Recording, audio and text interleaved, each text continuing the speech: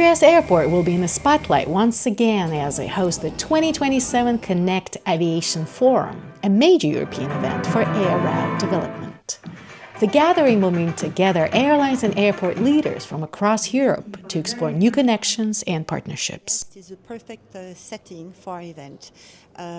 Its location, geographic location, its incredible history, the fact that it's so cosmopolitan, it's steeped in history and culture. So for us it's a perfect mix that is the great setting to welcome the delegates from the aviation community.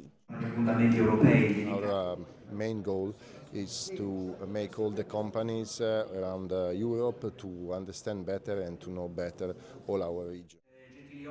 L'aeroporto di Trieste in realtà è un aeroporto che ha già testimoniato di poter crescere in modo importante. Siamo passati da quando abbiamo preso in consegna la regione da 700.000 passeggeri a 1,7 milioni, quasi sfiorando 1,7 milioni, quindi una crescita importantissima. È un evento super internazionale, 850 operatori, quindi ci saranno imprese, ci saranno aeroporti, ci saranno istituzioni, insomma un grandissimo evento.